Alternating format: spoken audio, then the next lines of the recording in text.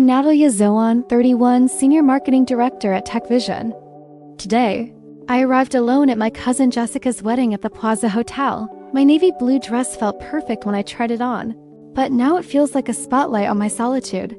As I entered the ballroom, conversations hushed. She couldn't even find a date, my sister Kimberly whispered to her husband. Mom gave me that familiar pitying look, while Dad barely glanced up. My extended family's judgment weighed heavily as I retreated to a corner, fighting back tears. Then, suddenly, the grand doors flew open and every head turned. Before I continue this story, I'd love to know where you're watching from. Drop your location in the comments below and hit that like and subscribe button if you've ever felt judged by family. Trust me, you'll want to see what happens next when this unexpected guest changes everything. I was always the responsible sister. My parents, Diana and Richard Green, made it clear early on that Kimberly was their golden child. Everything came easily to her. Dance recitals where she always got the lead, straight A's without seeming to study, and a natural social grace that drew people to her. "Why can't you be more like your sister?" became the soundtrack of my childhood. When Kimberly was crowned prom queen, my parents threw her a lavish party. When I made honor roll, I got a quick good job at dinner. When Kimberly got engaged to Bradley Thompson, the son of my father's golf buddy, my mother cried happy tears for days. When I landed my dream job at TechVision, my accomplishment was mentioned as an afterthought at Sunday dinner. Then there was Alex. We dated for 3 years, and I thought he might be the one until I discovered his 6-month affair with a colleague. "I didn't mean for it to happen," he said, as if that somehow made the betrayal less painful. "We just connected." The worst part wasn't even the betrayal. It was realizing how blind I'd been, constructing a future with someone who'd already checked out. The past 8 months have been about healing and focusing on work instead of dating. I threw myself into projects, stayed late at the office, and turned down setups from well-meaning friends. My recent promotion to Senior Marketing Director coincided with cousin Jessica's engagement announcement. Jessica and I had been close as children's summer vacations at our grandparents' lake house, building sandcastles and catching fireflies. As we grew older, our paths diverged. She pursued fashion design while I went into marketing. We still exchanged birthday texts and occasional coffee dates, but our once close bond had frayed with time and distance. When her wedding invitation arrived with the dreaded +1 option, my stomach knotted. I considered asking a friend to pose as my date, but ultimately decided against perpetuating a lie. I shopped for my dress alone, choosing something elegant but understated, a navy blue aligned with subtle beading that complemented my auburn hair, and green eyes without drawing too much attention. The pre-wedding events were a special kind of torture. At the bridal shower, Aunt Victoria presented Jessica with lingerie, then looked pointedly at me. "Perhaps we should set some aside for Natalie, for when she finally needs it." The room erupted in laughter while I forced a smile, my cheeks burning. My friend Olivia suggested hiring an escort service, just for appearance's sake, she said over wine at our weekly dinner. "No one would know." "I know," I replied, "and I'm done pretending to be someone I'm not to please my family." The morning of the wedding, I woke early, taking extra care with my appearance. I styled my hair in loose waves, applied natural makeup that highlighted my eyes, and slipped into my dress. Standing before the mirror, I practiced confident smiles and reminded myself of my worth. "You're successful, intelligent, and complete on your own," I whispered to my reflection, trying to believe it. The cab ride to the Plaza Hotel was filled with anxiety. My hands fidgeted with my clutch as Manhattan's skyline slipped past the window.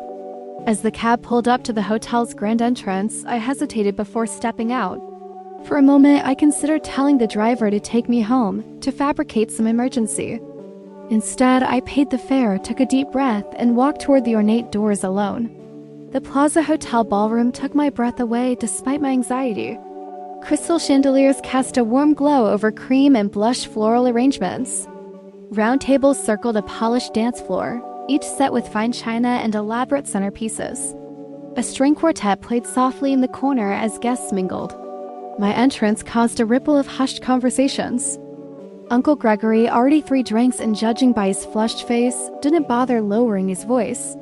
Still single at her age. Shame, isn't it? All the education and no one to share it with. Aunt Victoria swooped in immediately. "Natalie, darling, alone again? I know several eligible men I could introduce you to." There's my dental hygienist's son, divorced twice, but very stable now, or my neighbor's nephew. He's only 22, but they say age is just a number. I mumbled non-committal thanks, scanning the room for a friendly face or inconspicuous corner. Instead, I found Kimberly approaching, resplendent in a designer pink dress that probably cost more than my monthly rent. Her blonde hair was styled in an elaborate updo, diamonds glittering at her ears and throat. Bradley hovered nearby, checking his phone with the bored expression of a man who'd rather be golfing. Natalie, Kimberly air-kissed both my cheeks. That dress is practical. Smart choice for reusing at work functions. She glanced around conspicuously. Couldn't find anyone willing to be your plus one? I told Mom you'd probably come alone. Before I could respond, my mother appeared, elegant in slate blue with her silver-streaked hair perfectly coiffed. Natalie, honey, you look nice. Her eyes held the same pity they'd shown when I failed to make cheerleading in 9th grade. It's perfectly fine to be independent. Not everyone needs a partner to be complete. Her tone suggested the exact opposite. The wedding planner, a harried woman with a clipboard and Bluetooth earpiece, approached. Miss Green, let me show you to your table. She led me across the room to what was clearly the singles table, a hodgepodge of elderly widow Gertrude Jenkins, 16-year-old cousin Parker who was glued to his gaming device, and recently divorced cousin Travis who already smelled of whiskey. Congratulations on your promotion, Gertrude shouted, her hearing aid whistling. Your mother tells me you're very busy with work. Is that why you haven't found a husband yet? I reached for my water glass, nearly knocking over the champagne flute in the process. I enjoy my career, I managed, taking a long sip to avoid elaborating. The ceremony itself was beautiful. Jessica floated down the aisle in a custom gown, radiant as she joined Tyler at the altar. Their vows were personal and moving, speaking of partnership and unconditional support. I felt genuinely happy for her, even as a twinge of melancholy settled in my chest. During cocktail hour, I strategically positioned myself near the appetizer table, filling a small plate with stuffed mushrooms and spanakopita. The food gave me something to focus on besides my conspicuous lack of a companion. When are you going to settle down, Natalie? My mother's cousin Linda cornered me by the shrimp display. Your biological clock isn't getting any younger. Any prospects on the horizon? Uncle Robert asked, helping himself to a bacon-wrapped scallop. You know, my golf buddy's son just got divorced. He's a bit older but established, owns 3 car dealerships. By the 6th unsolicited suggestion from my love life, I retreated to the ladies' room, locking myself in a stall until my breathing steadied. At the marble sink, I dabbed at incipient tears with a tissue, careful not to smudge my mascara. Get it together, I whispered to my reflection. Their opinions don't define you. I called Olivia from the relative privacy of a cushioned bench in the powder room area. They're acting like I have a terminal illness called singleness, I complained. Remember, their reactions say more about them than you, Olivia reassured me. You're catching flights while they're catching feelings about your personal choices. Stay strong. Armed with manufactured confidence, I returned to the reception. Kimberly intercepted me immediately, champagne flute in hand. You should really put yourself out there more, Nat. Have you tried those dating apps? Even people with challenging circumstances find matches these days. I forced a smile. I'm focusing on my career right now. That's what all single women say when they can't find someone, she replied with faux sympathy, patting my arm. The DJ's voice boomed over the speakers. All the single ladies, it's bouquet toss time. His eyes scanned the crowd and seemed to linger on me. Don't be shy, ladies. 3 aunts physically steered me toward the gathering group of single women, mostly Jessica's younger cousins and college friends. Go on, Natalie, maybe catching the bouquet will change your luck. Aunt Victoria pushed me forward. I stumbled into position, feeling every eye in the room on my back. As Jessica prepared to toss her bouquet, a sudden hush fell over the crowd. Jessica paused mid-turn, bouquet clutched in her hands. The grand double doors at the entrance to the ballroom swung open dramatically, and the string quartet faltered in their rendition of Pachelbel's Canon. A man stood in the doorway, tall and commanding in a perfectly tailored charcoal suit. His dark hair was styled in a way that looked effortlessly sophisticated, his jawline sharp enough to cut glass. He surveyed the room with confident ease, as if assessing a boardroom rather than interrupting a wedding reception. Is that Sebastian Reed? Someone whispered loudly to my right. The tech billionaire? What's he doing here? Another voice murmured. Jessica and Tyler exchanged confused glances from the front of the room. They clearly hadn't expected a celebrity guest of this caliber. Sebastian's eyes swept the room methodically until they locked with mine, a flicker of something recognition, interest crossing his face. With purposeful strides, he crossed the ballroom, the crowd parting before him like the Red Sea. My heart hammered against my ribs as he approached, his gaze never leaving mine. He stopped directly in front of me, his 6'2" frame towering over my 5'6", even in heels. Up close, his eyes were a striking blue-gray, intelligent and somehow amused. Before I could process what was happening, he took my hand in his touch warm and surprisingly gentle. Sorry I'm late, love. Traffic was a nightmare. His voice was deep with a hint of rasp, loud enough for nearby guests to hear. He leaned in and pressed a soft kiss to my cheek, his cologne a subtle blend of sandalwood and something uniquely his own. I froze, confusion and shock rendering me speechless. Kimberly's jaw literally dropped, her perfectly applied lipstick forming a comical O of surprise.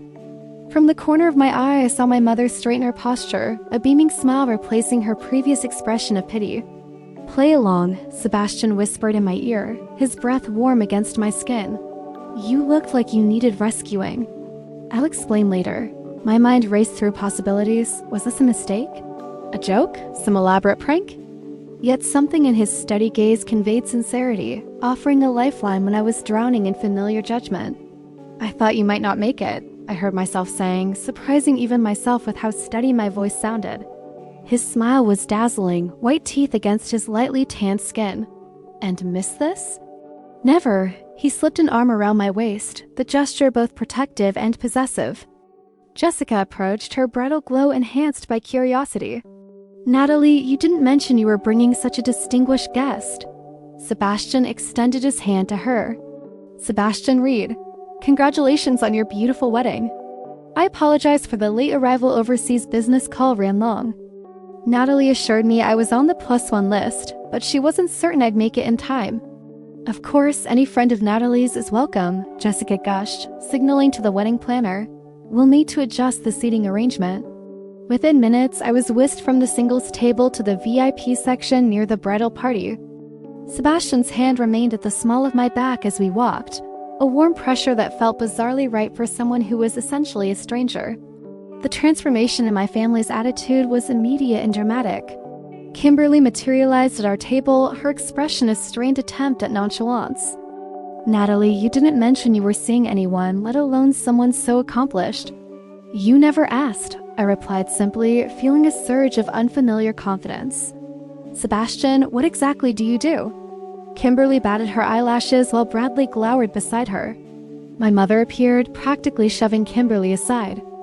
Natalie has always been our intellectual one, she announced to Sebastian, as if she'd spent years proudly proclaiming this fact rather than lamenting my lack of social graces compared to Kimberly. Top of her class at Boston University, you know? As we took our seats, Sebastian leaned close. We should establish some basics, he murmured. How long have we been dating? 3 months? 3 months sounds believable, I whispered back, not too new. Not serious enough that I would have mentioned you to everyone. Perfect. We met at the Wilson Charity Gala in March. I was impressed by your marketing insights. First date was dinner at Lee Bernardine. I blinked, surprised by the specificity. How do you know I work in marketing? A slight smile curved his lips. Your name tag is on the gift table, Natalie Green, Senior Marketing Director. I filled in the blanks. When the champagne toast began, Sebastian clinked his glass gently against mine, his eyes holding a conspiratorial gleam that sent an unexpected flutter through my stomach. For a moment, I forgot this was all pretense, that this handsome, successful man wasn't actually my date, that we were performing an elaborate charade for an audience of wedding guests. Guilt niggled at the edges of my consciousness. Was I any better than Alex with deceptions? But this was different, I reasoned. This wasn't hurting anyone, and it would be over in a few hours, nothing more than an amusing anecdote to share with Olivia tomorrow. Still, when Sebastian smiled at me, a genuine smile that crinkled the corners of his eyes, something fluttered in my chest that had nothing to do with our fabricated relationship. Sebastian pulled out my chair with practiced ease when we returned from the buffet line, his manners impeccable without seeming forced. As we settled into our meal, he leaned closer, his voice low and private. "I overheard your sister when you arrived," he admitted, a flash of indignation crossing his features. "The couldn't find a date comment. That was unkind." "That's Kimberly," I said with a practiced shrug that didn't quite disguise the old hurt. "She's been the family favorite since we shared a womb. She emerged first and has been leading ever since." "Twins?" His eyebrows rose in surprise. "No, she's 2 years older, but never lets me forget those 24 months of additional wisdom." I took a sip of champagne. Enough about my family dynamics. I should know something about the man who's supposedly been dating me for 3 months, beyond the obvious tech billionaire headlines. He smiled, cutting into his prime rib. "Self-made, if that matters. Started coding at 13, sold my first security software company at 25. Launched Read Innovations 3 years ago. The media exaggerates the billions, though only multiple millions." How disappointing, I teased, surprising myself with how comfortable I felt. "I worked my way through Stanford on scholarships and ramen noodles," he continued. "First-generation college student. Parents were teachers in Oregon. That explains the lack of entitlement that usually comes with wealth," I observed. "I built TechVision's marketing department from the ground up, increased client engagement by 30% last quarter." "Impressive," he said, and unlike when my family said it, he sounded sincere. "What's your specialty?" "Digital, traditional, integrated campaigns with an emphasis on storytelling across platforms. Our last campaign for Horizon Software went viral with 60 million views." His eyes lit up. "The one with the grandmother learning to code to create a memorial website for her late husband? That was yours?" Brilliant emotional hook with practical application demonstration. For the next 20 minutes, we discussed marketing strategy, his insight sharp and thoughtful. The conversation flowed to indie films. We both loved obscure director Emilia Santiago's work Modern Art. He collected emerging artists, but admitted to not understanding experimental installations and travel. "You studied abroad in Barcelona?" he asked, looking genuinely surprised. "Spring semester 2015, yes, at Universitat Pompeu Fabra. Why?"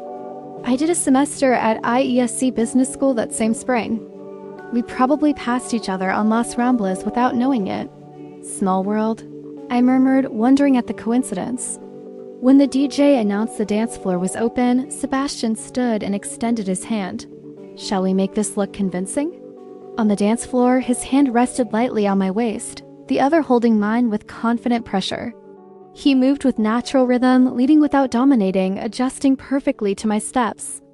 "You're good at this," I said as he guided me through a turn. "Mandatory ballroom lessons from age 12, mother's orders." His smile turned rueful. "She had aspirations of raising a gentleman." "She succeeded?" I said before I could stop myself. His eyes met mine, something warm flickering in their depths. The sensation of his hand on my waist felt increasingly right, increasingly dangerous. Unbidden, memories of Alex's betrayal surfaced. The shock of discovering text messages. The shattering of trust, the humiliation of having been so easily deceived. I couldn't afford to forget this was pretend, no matter how genuine it felt. Kimberly and Bradley approached as the song ended, Bradley's expression suggesting this was not his idea.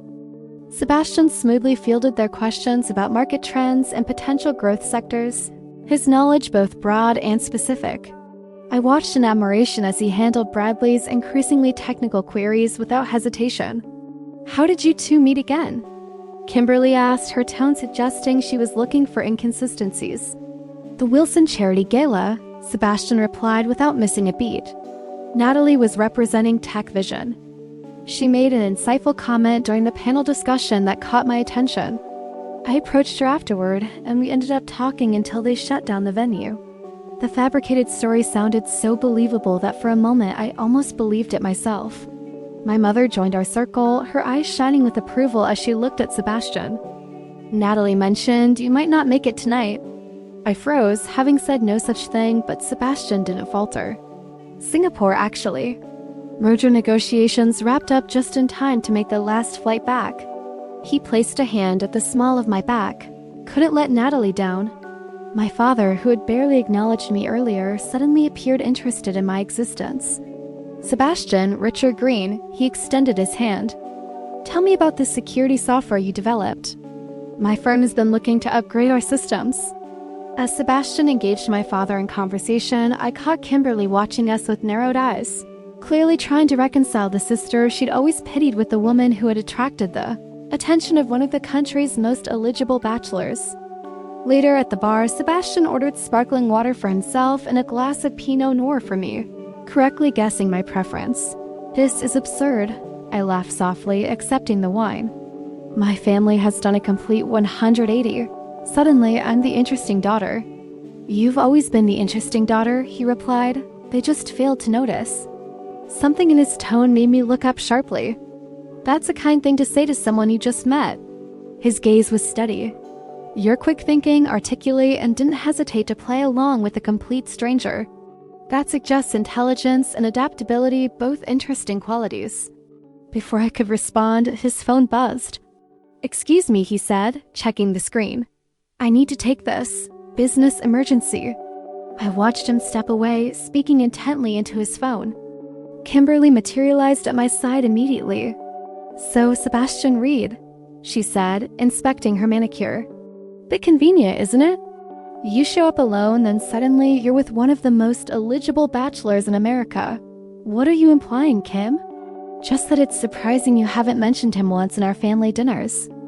Mom had no idea you were seeing anyone, and he just happens to arrive at the most dramatic moment possible. We've been keeping things private, I said, my defenses rising. Unlike you, I don't need to broadcast every detail of my relationship for validation.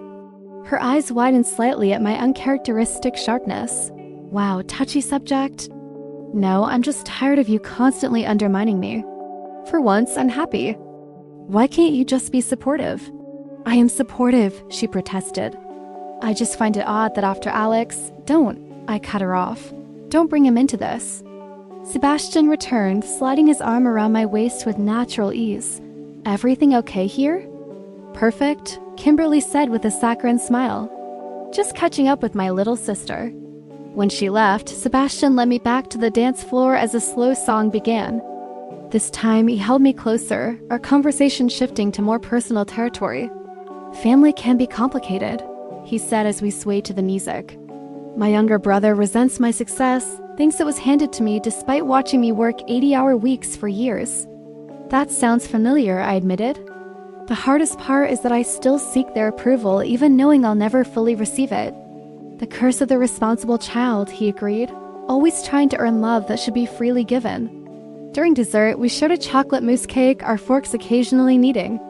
His fingers brushed mine as he passed me a napkin, lingering longer than necessary. The simple contact sent warmth spreading through my chest. I found myself increasingly confused about where the pretense ended and reality began. Was that admiration in his eyes genuine or excellent acting? Was my own growing attraction real or simply a response to finally being seen after years of invisibility in my family's eyes? Sebastian's phone buzzed again. He checked it, his expression growing concerned. Maxwell, my business partner, he explained. There's a situation with our Asia-Pacific division that needs immediate attention. Go ahead, I said, understanding the demands of professional responsibility. His call lasted several minutes, his expression growing increasingly serious. When he returned, apology was written across his features. I need to step out to handle this, he said, genuine regret in his voice. I promise I'll be back as quickly as possible. A knot formed in my stomach. Was this his exit strategy, a convenient business emergency to escape the charade? I understand, I said, keeping my voice neutral. Business comes first. Natalie, he took my hand, his touch sending an unwelcome tingle up my arm. I will be back. I'm not... He seemed uncharacteristically at a loss for words. Please believe me, I nodded, not trusting myself to speak. As I watched him walk away, I realized with alarming clarity that I'd begun to develop genuine feelings for a man, who is essentially a stranger playing a role in an elaborate fiction of our creation. The wedding speeches began shortly after Sebastian's departure. Jessica thanked everyone for coming, her happiness radiating as she looked at Tyler beside her. The best man delivered a heartfelt toast about friendship and love, then raised his glass. And if any special guests would like to share a few words, he announced, scanning the room, we'd love to hear from you. Kimberly's gaze fixed on me, her expression challenging. She made a subtle gesture toward the microphone, clearly expecting me to embarrass myself trying to explain Sebastian's absence. The microphone began making its way around the room, eventually finding its way to our table. I froze, panic rising in my throat. What could I possibly say that wouldn't expose our charade? "I'd be honored," came Sebastian's voice from behind me. He had returned so quietly I hadn't noticed. Relief flooded through me as he accepted the microphone with practiced ease. "Jessica and Tyler," he began, his voice confident but warm. "Though I'm meeting you both today, I can see the genuine connection you share. True connection is rare in this world." His eyes found mine for a brief moment. When we find someone who sees us for who we truly are, who challenges us to be better while accepting our flaws, that's worth celebrating, worth fighting for. He raised his glass. "To Jessica and Tyler, and to authentic connections wherever we find them." The simple toast received appreciative applause as Sebastian sat beside me. Our eyes met with unexpected intensity, something unspoken passing between us. After the speeches concluded, Sebastian gestured toward the terrace doors. "Could we get some air?" The terrace overlooked Central Park, the city lights twinkling against the night sky. A gentle May breeze carried the scent of the garden below. We stood side by side at the stone balustrade, momentarily alone in the midst of a crowded celebration. "I should confess something," Sebastian said after a moment of comfortable silence. I had planned to stay for the entire reception. My heart sank. "I understand. You've already gone above and beyond for a complete stranger." "That's not what I meant," he clarified quickly.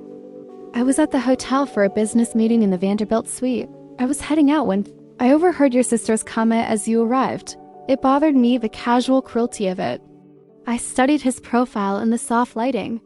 "So this was what, a random act of kindness? Rescue the pathetic single woman?" "No," he said firmly. "It was." He paused, seeming to choose his words carefully. "I recognized you from the Digital Marketing Innovation Conference in Chicago last October. You presented on emotional storytelling and tech campaigns.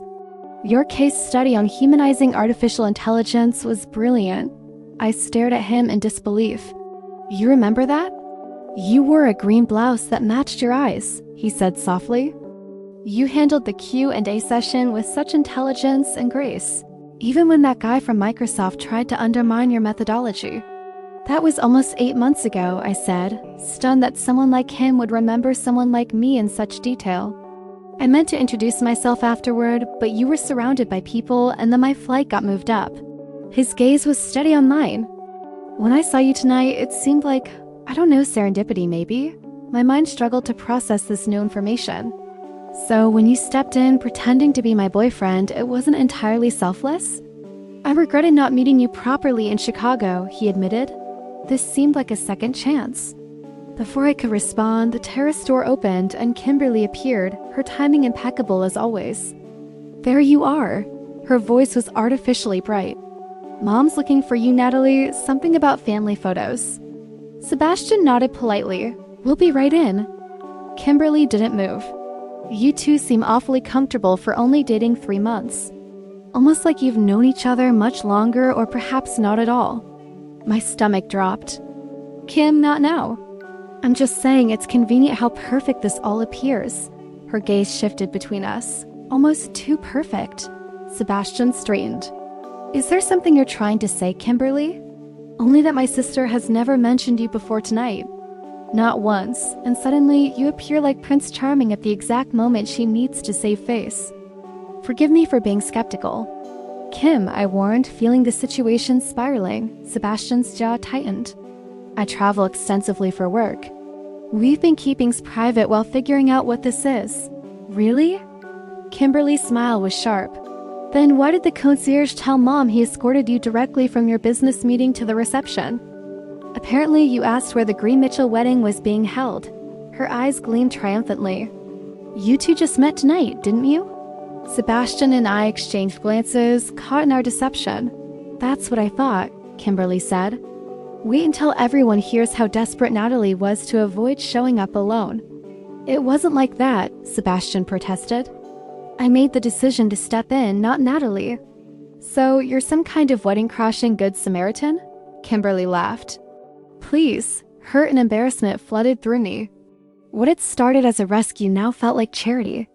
"You can stop defending me," I told Sebastian, stepping back. "The charade's over." "Natalie, this evening became more than just pretense for me," Sebastian said, his expression earnest. "Right," I said bitterly. "You felt sorry for the pathetic single woman getting mocked by her family. Wonderful knight in shining armor moment for you." "That's not fair," he argued, frustration evident in his voice. "You know, that's not what happened between us tonight." "What exactly happened, Sebastian? We played pretend." "You acted a part convincingly. Congratulations." "We connected," he insisted. "The conversations we had, the things we shared, that wasn't acting, at least not for me. How am I supposed to believe anything that happens in the context of a lie?" I demanded, my voice rising. "I just got out of a relationship built on deception. I'm not eager to jump into another one." His expression softened. "I'm sorry about what happened with your ex. Trust is fragile, I understand that. But I'm not him, Natalie." "You're right, you're not," I agreed. "He at least let me know who he really was before he betrayed me." Sebastian flinched as if I'd slapped him. Before he could respond, the terrace door opened again and Maxwell appeared, looking harried. "Sabe, I'm sorry, but we have a situation that can't wait.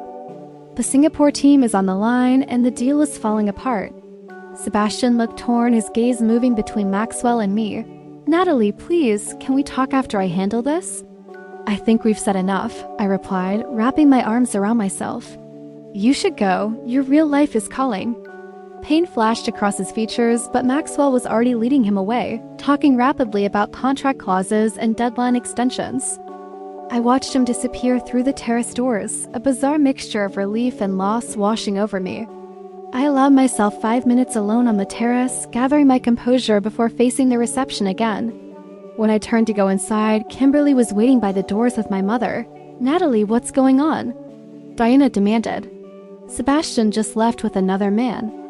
"Is everything okay?" Before Kimberly could launch into her expose, I made a decision. "Sebastian and I just met tonight," I admitted, my voice steady despite the humiliation burning in my chest. He overheard Kimberly mocking me for coming alone and stepped in to help. "The business emergency is real, though he's the CEO of Reed Innovations." Dinah's face fell, disappointment replacing her earlier pride. "Oh, Natalie, why would you lie to the family?" "I didn't plan this, Mom, it just happened." "Things don't just happen," she sighed. "This is exactly the impulsive behavior that concerns your father and me. First, that marketing job instead of law school, then moving to Manhattan alone." I tuned out her familiar litany of my perceived failures, watching as Kimberly whispered to a nearby cousin, no doubt spreading the news of my humiliation. Within minutes, I could feel the weight of pitying glances from around the room. I made my way to the edge of the reception, nursing a glass of wine and checking the time repeatedly. 9:45 too early to leave without causing more talk. But every minute felt like an hour under the weight of my family's judgment, now intensified by the revelation of my deception. At 10:30, I made my decision. I approached Jessica, who was glowing with happiness on the dance floor. "I'm not feeling well," I told her, forcing a smile. "I think I'm going to head out." "So early?" She frowned. "What about Sebastian? Is he coming back?" "Business emergency," I said, the lie coming easily now, since his apologies. Her expression turned knowing. Ah, the curse of dating ambitious men. "Well, thanks for coming, Nat. It meant a lot to have you here." I hugged her, genuinely happy for her joy, even amid my own turmoil. "Congratulations, Jess. You and Tyler are perfect together." As I slipped out of the ballroom, I felt the weight of whispers and stares following me. Once again, I was Natalie Green, alone, pitied, and now with the added humiliation of having been caught in a desperate lie the same way I'd arrived, only worse. Sunlight streamed through my apartment curtains the next morning, illuminating dust particles dancing in the air. I barely slept, replaying the wedding events in my mind like a particularly mortifying movie. The coffee machine gurgled as I leaned against my kitchen counter, trying to summon energy for the day ahead. My phone buzzed with a text notification from an unknown number. "Natalie, it's Sebastian. Got your number from the wedding planner. I'm sorry about last night, both for leaving abruptly and for how things ended between us. The business situation was genuine, but I should have handled it differently. I'd like to explain properly if you're willing." Sebastian and I stared at the message, uncertain how to respond. Part of me wanted to delete it and pretend the entire evening had never happened. Another part wondered what explanation he could possibly offer that would make any difference. I set the phone down without replying, needing time to process. 20 minutes later, my doorbell rang. Olivia stood in the hallway, holding a pink bakery box and wearing an expectant expression. "I brought post-wedding debriefing pastries," she announced, brushing past me into the apartment. "Chocolate croissants and those almond things you like." "Now spill everything. How bad was it?" I laughed despite myself, the sound slightly hysterical even to my own ears. Oh, where to begin? My family behaved exactly as expected. I was relegated to the singles table, and then, over fresh coffee and pastries, I recounted the entire evening. Sebastian's dramatic entrance, our improvised relationship, the genuine connection I'd felt developing, Kimberly's exposure of our charade, and Sebastian's abrupt departure. "Wait," Olivia interrupted, holding up a hand. "Sebastian Reed? The Sebastian Reed who donated $50 million to develop affordable housing last year? That's Sebastian Reed, apparently. And he pretended to be my boyfriend because he saw me getting mocked by my sister, then revealed he actually remembered me from a conference 8 months ago where he noticed the color of my blouse." I nodded, picking at a croissant. "Nat, that's not a red flag. That's a romance novel meet cute." "He lied," I pointed out.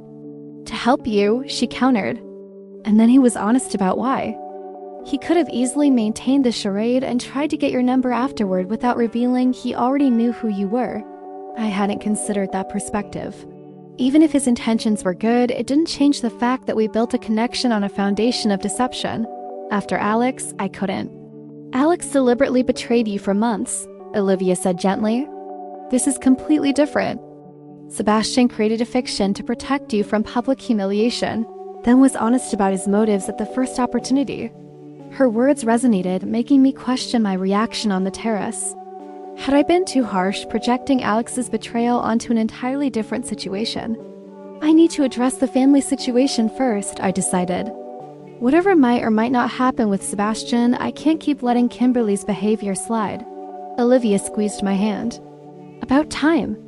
I texted Kimberly, suggesting lunch at a neutral cafe halfway between our apartments. To my surprise, she agreed readily. 2 hours later, we sat across from each other at a small table, an awkward silence stretching between us. "Last night was humiliating," I finally said, stirring my iced tea. "Not just the Sebastian situation, but the way you treated me from the moment I arrived. The comments about coming alone, my dress, my career choices, it's a pattern, Kim, and I'm done accepting it." Kimberly stared at her salad, her usual confidence notably absent. "I know," she said quietly. "You know?" I repeated, surprised by the lack of defense. She looked up, and I was shocked to see tears in her eyes. "I'm jealous of you, Nat. Have been for years." "Jealous of me?" The concept seemed so absurd I almost laughed. "You're the golden child, the beautiful one, the successful one with the perfect husband and perfect life. My marriage is falling apart," she confessed, her voice barely above a whisper. "Bradley's been having an affair with his assistant for over a year. I found out 6 months ago." I sat back, stunned. "Kim, I had no idea." "No one does. We're pretending everything's fine while working with a marriage counselor." She twisted her wedding ring. "And your career, you built something from nothing. You're respected for your mind, your talent. I married the son of Dad's golf buddy and played tennis at the country club. I have no identity outside of being Bradley's wife." "But Mom and Dad always favored you," I argued, struggling to reconcile this new perspective with decades of lived experience. "They expected different things from us," she corrected. "They pushed me toward marriage and society and you toward academics. Neither of us got to choose." We talked for nearly 2 hours, peeling back layers of misunderstanding and competition that had defined our relationship since childhood. For the first time, I saw my sister as a complex human being rather than the perfect nemesis I'd constructed in my mind. "I'm sorry about Sebastian," she said eventually. "I shouldn't have exposed you like that." "It was cruel." "It was," I agreed, "but maybe necessary. We can't build relationships on lies, romantic or familial." Her smile was tentative but genuine. "Does this mean you might give him a chance?" "He seemed to really like you, Nat. The way he looked at you wasn't fake." I need to finish cleaning house first, I said, though Sebastian's text message remained in the back of my mind. My next stop was my parents' home in Westchester. The familiar colonial looked exactly as it had throughout my childhood: immaculate landscaping, perfectly positioned rocking chairs on the porch, American flag flying by the door. Dinah answered my knock, surprise registering on her face. "Natalie, we weren't expecting you. Is everything okay?" "We need to talk, Mom, all of us." The conversation was difficult, years of unspoken resentments and expectations finally articulated. I explained how their differential treatment had affected both Kimberly and me, how their constant comparison had driven a wedge between sisters who might otherwise have supported each other. "We wanted what was best for both of you," my mother defended, though her certainty wavered. "No," I countered gently, "you wanted what you thought was best without ever asking what we wanted for ourselves." To my surprise, my father supported me. "She has a point, Diana. We pushed Kimberly toward Bradley because we thought he represented security. Look how that's turning out. And we discouraged Natalie's marketing ambitions because we didn't understand them, but she's thriving." My mother's eyes filled with tears. "I never meant to make you feel less valued, Natalie. I just worried about you being alone." "Being alone isn't the worst thing, Mom. Being in the wrong relationship is far worse. I need you to respect my choices, even when they don't align with your vision." By the time I left, something had shifted. No magical resolution or dramatic apologies, but a step toward mutual understanding, a beginning. Driving back to Manhattan, my phone rang through the car's Bluetooth. Jessica's name appeared on the display. "Nat, I wanted to thank you again for coming yesterday. It meant so much having you there." "It was beautiful, Jess. You and Tyler are perfect together." Speaking of perfect together, her voice took on a teasing quality. "Sebastian Reed called us this morning asking for your contact information." Tyler nearly fell out of his chair when he realized who was calling. My heart skipped. "He texted me earlier." "And what did you say?" "Nothing yet. It's complicated, Jess." "Life is complicated." She laughed. "But connections like the one I saw between you two last night? Those are rare, fake relationship or not." As I pulled into my apartment building's parking garage, I spotted a familiar figure waiting by the entrance. Sebastian stood with his hands in his pockets, wearing jeans and a simple button-down rather than last night's formal suit. His hair was slightly tousled, as if he'd been running his hands through it nervously. He straightened when he saw me approach. "Natalie, thank you for not calling security when you saw me waiting here. How did you know where I live?" I asked, though without the accusation that might have colored the question last night. "Jessica," he admitted. "I hope that's okay." I wanted to apologize in person. We stood awkwardly for a moment before I gestured toward the building. "Would you like to come up? We can talk more comfortably in my apartment." I offered him water, which he accepted gratefully. We sat on opposite ends of my couch, the space between us filled with unspoken words. "I'm sorry about last night," he began, both for leaving abruptly and for how we left things. The business emergency was genuine. A deal in Singapore that represents 3 years of work was falling apart, but I should have handled it differently. "I overreacted," I admitted. "What happened with my ex made me hypersensitive to anything that feels like deception."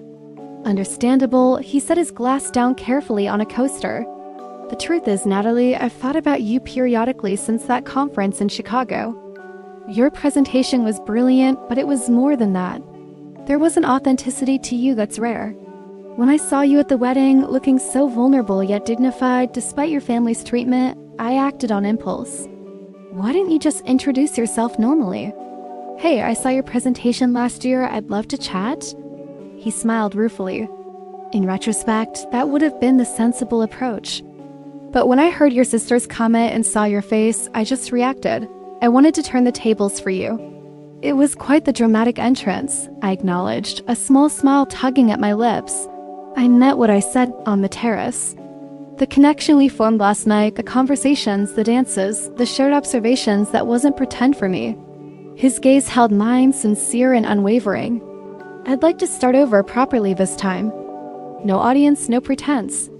I studied him, this man who had turned my humiliation into one of the most memorable evenings of my life, who had seen me at a professional conference and remembered the color of my blouse 8 months later, who was now sitting on my IKEA couch looking at me like I was something precious rather than something broken. "I'm scared." I admitted. After Alex, I built walls. It's safer that way. Safer maybe, but also lonelier. His voice was gentle. I'm not asking for anything more than a chance, Natalie, one real date. If there's nothing there without the drama of last night, we'll know. The practical part of me listed all the reasons to decline. The unconventional beginning, my recent heartbreak, the complications of his high-profile life. But another part, a part that had been silenced for too long, whispered of possibilities. One dinner, I agreed finally. A real first date, no pretending we already know each other. His smile was worth the risk. I like that very much. He reached for my hand, his touch warm and steady. When our fingers intertwined, it felt both new and familiar, like the beginning of something genuine, something true. 6 months later, I stood on my parents' front porch, watching Sebastian park his car in the driveway. Thanksgiving at the Green family home, a tradition I'd often dreaded, felt different this year. Sebastian emerged from the car carrying a bottle of wine and the pumpkin pie we'd baked together that morning, his smile warming me despite the November chill. Ready for this? He asked, joining me on the porch. As I'll ever be, I replied, leaning into him briefly before ringing the doorbell. The past 6 months had transformed my life in ways I never anticipated that night at Jessica's wedding. Our first real date had been at a small Italian restaurant in the village, where we talked until the owner politely informed us they were closing. Unlike the performance at the wedding, this was authentic, complete with awkward pauses, genuine discoveries, and the nervous energy of true beginnings. Our second date was at an indie film festival featuring Emilia Santiago's latest work. We disagreed about the third act, leading to a spirited debate over dessert that left us both invigorated rather than annoyed. By the third date, I knew something special was developing. We had our first real argument 6 weeks in, when work commitments forced him to cancel plans at the last minute. Instead of letting it fester as I might have in the past, I expressed my disappointment directly. He listened, acknowledged my feelings, and we found a compromise that respected both our needs. That resolution taught me more about healthy relationships than years of dating ever had. Olivia approved of him immediately, not because of his wealth or status, but because of how attentively he listened when she spoke about her passion for environmental law. He sees people, she told me afterward. Really sees them. I met his business partner Maxwell properly, gaining insight into the world Sebastian navigated daily. The high-stakes decisions, the responsibility for thousands of employees' livelihoods, the pressure of constant innovation. Instead of finding his work intimidating, I found myself offering marketing perspectives that he genuinely valued. When Re-Innovations launched a new consumer privacy platform, Sebastian incorporated several of my suggestions into the campaign strategy. 2 months ago, I'd formally introduced him to my family at a casual dinner. The difference in their reception compared to Jessica's wedding was subtle but significant. This time, their interest felt genuine rather than opportunistic. Sebastian fielded their questions with the same patience and charm he'd shown at the wedding, but now there was no performance, no need to construct a fictional backstory. The door opened, revealing Kimberly without Bradley. After months of counseling, they had decided to separate, a decision that seemed to have lifted a weight from my sister's shoulders. She was enrolled in interior design courses at Parsons, pursuing a passion she'd abandoned after college. Happy Thanksgiving, she hugged me warmly, then turned to Sebastian with genuine warmth. Mom's been talking about your pie since you called yesterday. No pressure. Inside, the house buzzed with familiar holiday energy. My mother hugged Sebastian as if he were already family, while my father clapped him on the shoulder with uncharacteristic enthusiasm. Natalie was just telling us about your new privacy initiative, Dinah said, leading us toward the living room. It sounds fascinating. It was actually Natalie's insight about user trust being our most valuable asset that shaped the entire campaign.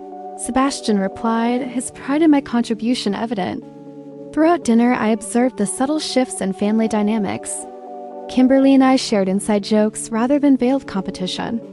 My mother asked thoughtful questions about my recent projects at Tech Vision. My father expressed genuine interest in both our careers without the comparative evaluation that had once been his trademark.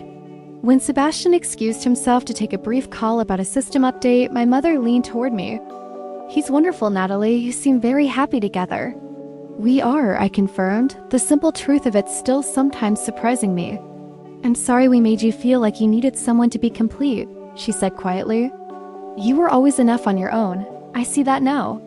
Later, as we drove back to the city, Sebastian reached for my hand across the console. "Your family's really coming around." "They're trying," I agreed. "It's a process." "Speaking of family gatherings," he said casually, "my parents are coming to New York for Christmas." "They're dying to meet you." "Meeting the parents," I teased. "That's a big step. One of many I hope we'll take together." His voice grew more serious. "I was thinking we might attend another wedding soon." My heart skipped. "Oh, Maxwell's getting married in June," he clarified with a mischievous smile, though something in his eyes suggested a deeper meaning. "Though who knows what other ceremonies might be on our horizon." I squeezed his hand, contentment washing over me. 6 months ago, I'd walked into a wedding alone, dreading the judgment and pity of my family. That evening of humiliation had become the catalyst for transformation in my relationship with my sister, my parents, and most surprisingly, with myself. Standing alone had ultimately given me the strength to find true partnership, not because I needed completion, but because I finally understood my own worth. The unexpected meeting that night had changed everything, not because Sebastian had rescued me, but because the experience had empowered me to rescue myself. As the city skyline came into view, glittering against the night sky, I realized I was genuinely thankful for that moment when my family had laughed at me for arriving alone. Without their judgment, I might never have found the courage to demand better from them, from my relationships, and from myself. Sometimes the most painful moments lead to the most profound transformation. Sometimes you have to stand alone to discover you were complete all along. I'd love to hear your thoughts on this story. Have you ever had a family member underestimate you only to prove them wrong later? Or have you experienced an unexpected meeting that changed your life? Share your experiences in the comments below. If you enjoyed Natalie's journey, please hit the like button. Subscribe to my channel for more stories like this and share with someone who might need a reminder of their own worth. Thank you for joining me today. And remember, sometimes the most beautiful beginnings come from the most uncomfortable moments.